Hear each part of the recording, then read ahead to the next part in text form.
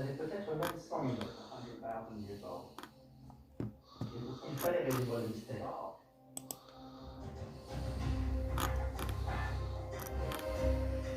Les ossements sont trop anciens pour rendre possible la datation au carbone 14.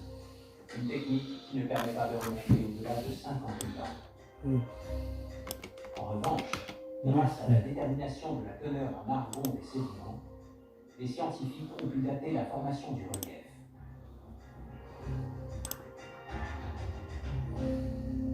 Il a ainsi été établi que la couche de sédiments renfermant le squelette d'Homo 1 était vieille de 195 000 ans.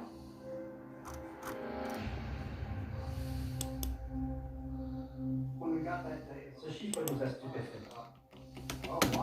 On n'avait jamais pensé que ce fossile pouvait être aussi ancien. L'arbre généalogique de l'être humain remonte à 2,5 millions d'années. Avant, nous ressemblions plus à des singes qu'à des hommes.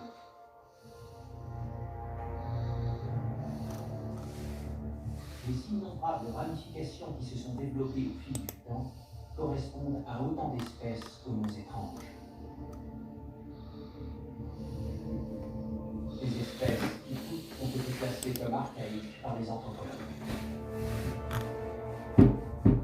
Ce qui distingue Homo 1, c'est que lui, justement, est un homme moderne, un membre de notre espèce, un homo sapiens.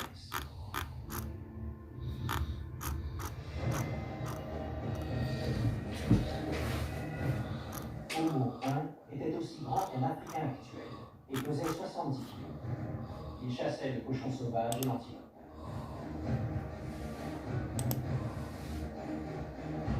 Mais un jour, Homo 1 n'a plus été en mesure de chasser.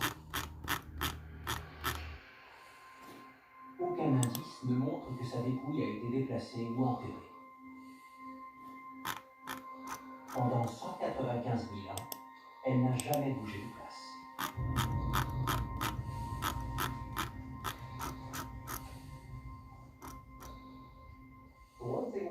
La seule chose dont on soit absolument certain à propos d'Homo 1, c'est qu'il est mort précisément à cet endroit.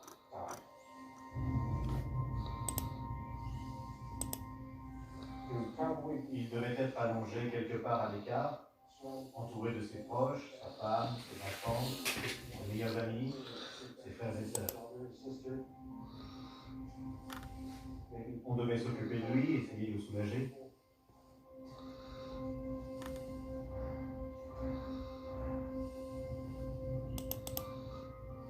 Ou alors, comme ça arrivait souvent chez les chasseurs-cueilleurs, il a été laissé là.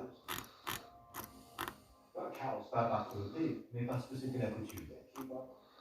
Quand quelqu'un ne pouvait pas suivre le groupe, on lui donnait de la nourriture, on veillait à son confort et on l'abandonnait. C'est la vie. De toute façon, pas encore.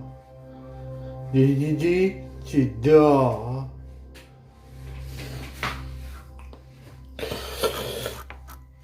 Au fil des ans, John Shea a recueilli nombre d'indices sur le mode de vie des habitants de la vallée de l'Homo.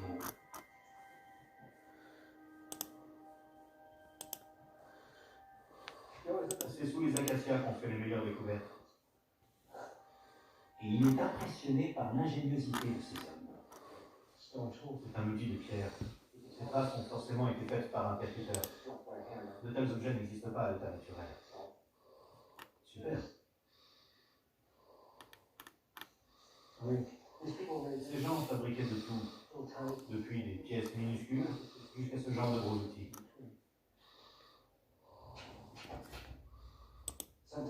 Un grand nombre d'objets signalent un site de fabrication.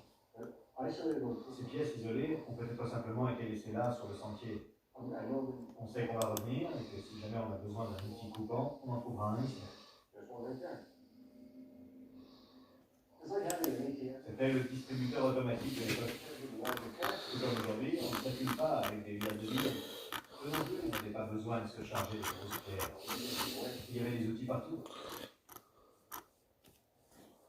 C'était les cartes de paiement de la préhistoire.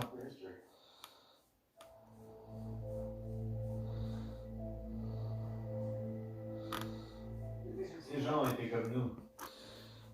Ils avaient le sens de l'humour, ressentaient de la tristesse. On n'a aucune raison de penser que leurs émotions, leur intellect, étaient différents des nôtres. Aucun indice anatomique ou archéologique ne permet de le dire. Tout ce qui nous pousse à croire que ces gens étaient simples d'esprit relève de la légende, de l'idée que ce qui est ancien est primitif et que ce qui est primitif est arriéré. Ces gens survivaient grâce à leur intelligence. Ils réfléchissaient, faisaient des projets, et manifestement ça leur a réussi puisqu'ils ont toujours une descendance. Nous. Les ossements d'Homo 1 semblent indiquer que l'Afrique de l'Est est le berceau de notre espèce, notre jardin d'Éden.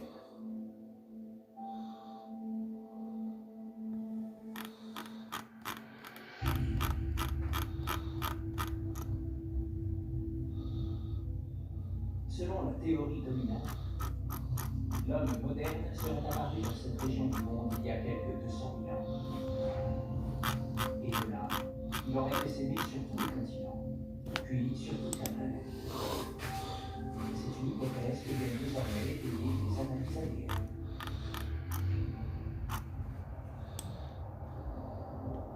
Dans les années 1980, les généticiens ont en effet découvert que les mitochondries permettaient de remonter la lignée humaine.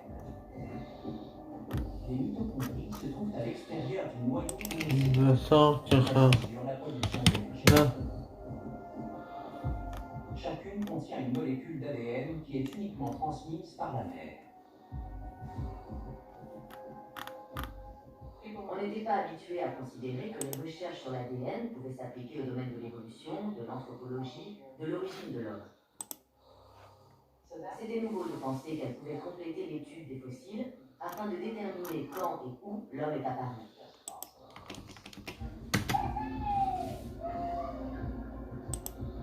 Au fil des transmissions, l'ADN mitochondrial connaît des mutations. C'est en comptant le nombre de ces mutations qu'il a été possible de déterminer l'époque où toutes les femmes de la planète ont eu une ancêtre commune.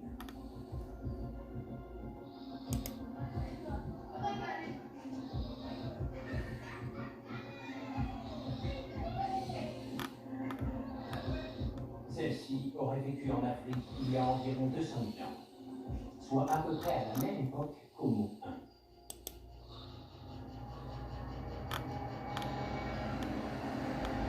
On lui a donné le nom d'Ève mitochondriale. Elle est notre ancêtre commune la plus récente. Elle avait une mère, bien sûr, qui est donc aussi notre ancêtre commune à tous. Mais ça remonte à plus loin. Ève mitochondriale est notre ancêtre commune la plus récente. Les généticiens ont adopté la même approche avec le chromosome Y, qui est, lui, exclusivement transmis par les pères.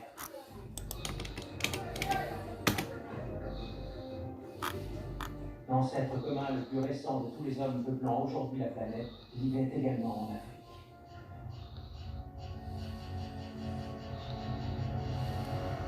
On l'a appelé Adam chromosome Y.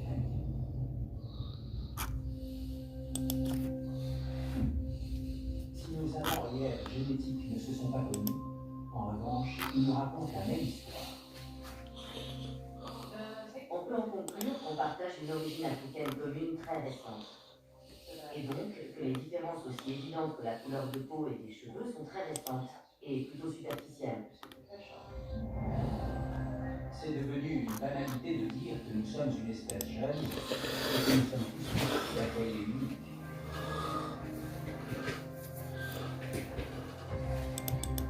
Nos gènes et notre squelette nous apprennent en effet que ce foyer se situe en Afrique de l'Est et qu'il n'existe que depuis 200 000 ans. Voilà pour la théorie. Est-elle cependant absolument exacte? L'histoire de notre création n'est peut-être pas aussi simple.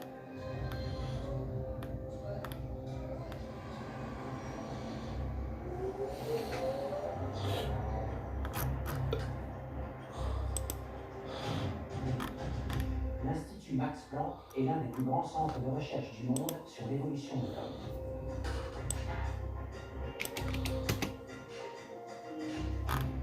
Grâce à la modélisation en 3D par scanner, les fossiles y sont étudiés jusque dans les plus infimes détails.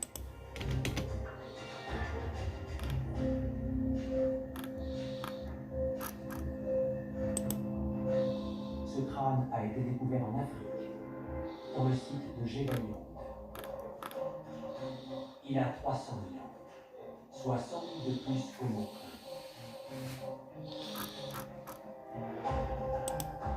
Il appartenait à un humain archaïque, étrangement doté de certains traits modernes.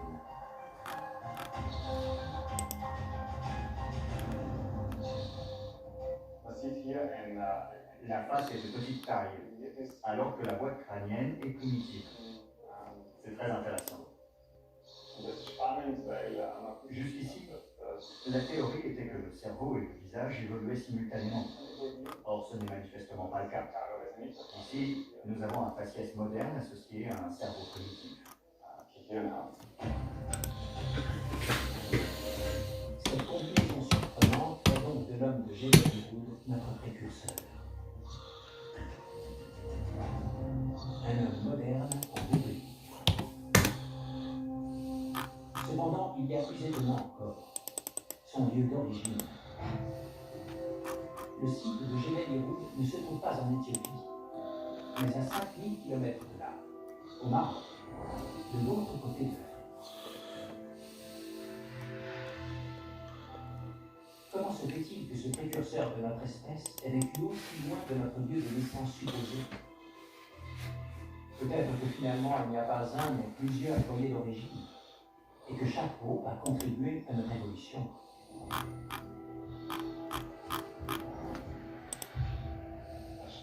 L'apparition d'une espèce est toujours un phénomène complexe et mal connu.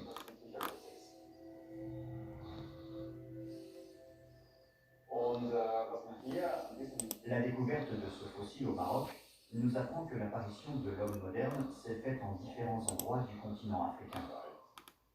En Afrique du Nord, donc, mais aussi en Afrique du Sud et en Afrique de l'Est. Toutes ces populations ont développé sur des milliers d'années une forme de crâne qui leur est propre. Et toutes ont contribué de multiples façons à la diversité actuelle. Les différentes façons anatomiques de l'homme moderne ont peut-être évolué séparément. La boîte crânienne est plus arrondie dans telle région, le front plus haut dans telle autre, et la mâchoire plus petite encore ailleurs.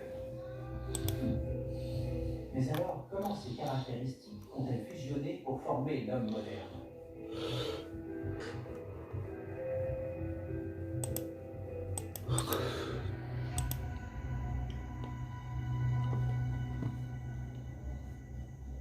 Au moment de l'apparition de notre espèce, différents groupes humains devaient, d'une façon ou d'une autre, être en contact.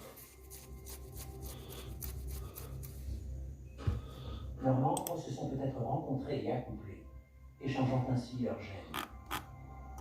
C'est l'hypothèse défendue par l'anthropologue John Hawkes. John Hawkes est convaincu que les réseaux sociaux s'étendaient à travers tout le continent. Il suffisait que chaque groupe soit en contact avec son voisin pour que le lien soit maintenu sur d'immenses territoires.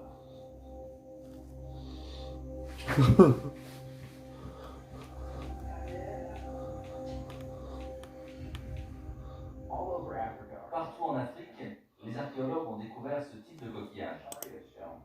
Celui-ci appartient à l'espèce Nassarius et il est perforé parce qu'il était porté en